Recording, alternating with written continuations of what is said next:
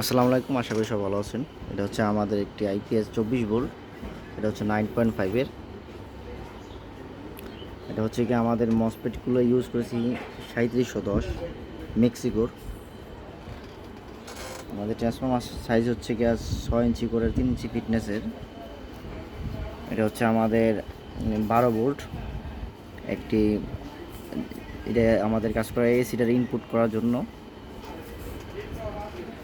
তো আমাদের এটা এখন আমরা আপনাদেরকে কিছু ফিউচার দেখাবো। এই যে আমাদের চার্জিং সিস্টেম হচ্ছে, চার্জিং ব্যাটারি ভোল্ট আছে কি 28। আমাদের এম্পিয়ার কত নিচ্ছে দেখাচ্ছি, 8 এম্পিয়ার। এসি লাইন আছে কি আমাদের যে বিদ্যুৎ এসি 227। এখন যারা মার্কেট থেকে আইপিএস কিনেন, কিছু কিছু আইপিএস অনেক কিছু লিখে দেয় 2000, 4000, 5000 বিয়ে।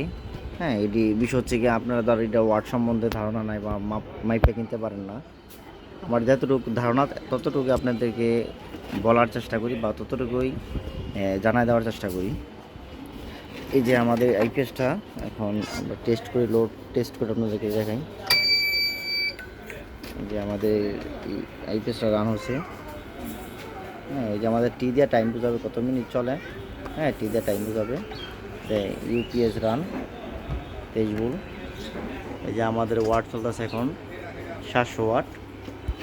তো আমরা এটা আরও ওয়াট দিব। এই যে আমাদের হুট করে ওয়াট দেওয়া হয়েছিল 1200 রুপে, এই জন্য আমাদের ওভারলোড চলে আসছিল। এখন আমাদের ওয়াট চলতেছে 1000। এই 200 ওয়াটের লাইট, 5টা লাইট চলতেছে 1000 ওয়াট। আমাদের এসিতে শো করতেছে 242। মূলত আমাদের এই আইপিএসগুলো আপনি এই ইয়াতে ইউজ করা না, আমরা বলবো না এটা বাসায় ইউজ করেন, কেন বাসাতে ইউজ করলে কি ভালো চলে না, কেন ফ্যানেতে নয়েজ দিবে। এটি যারা মুরগির পোলট্রি ফার্ম আছে বা যেটাতে রেগুলেটর লাগে না, রেগুলেটর ছাড়া মসজিদেও চালানো ভালো না, কেন মসজিদে যখন বয়ান দেয় না নামাজ পড়ানোর সময়, তখন আইপিএস থেকে একটা নয়েজ যায়। এটা এই কারণেই স্কোয়ার আইপিএস থেকে। এটা যদি ডিএসপি বা সাইন ওয়েভ হইতো, তখন আপনার ভোল্টেজটা 230 কাছাকাছি থাকতো, ভোল্টেজ আপ ডাউন করতো না। এই যে আমাদের এখন ওয়াট হচ্ছে গিয়া এটা হচ্ছে গিয়া 900 ওয়াট। এই আমাদের এখন আরও দিব 200 ওয়াট।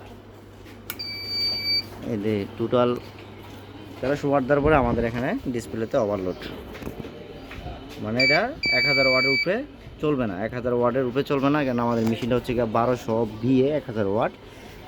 অনায়াসে আমাদের এরা যে ভোল্টেজটা আছে পারফেক্টলি ভোল্টেজ, সেই জন্য এই 15টা সিলিং ফ্যান অনায়াসে চালানো যাবে। ঠিক আছে, এখন আমাদের যদি ওয়াটটা কমাই দিই তখন আমাদের এটা চলবে।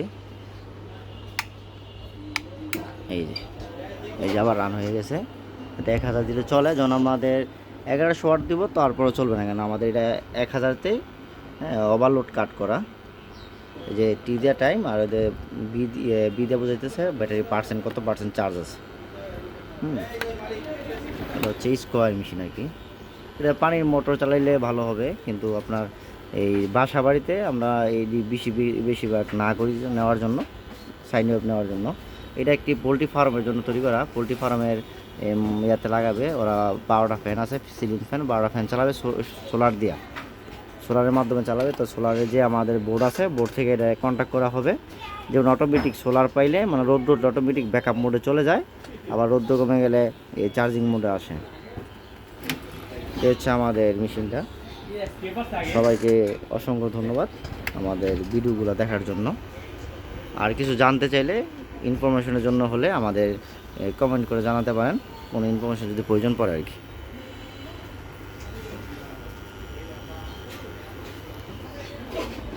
আল্লাহ হাফেজ।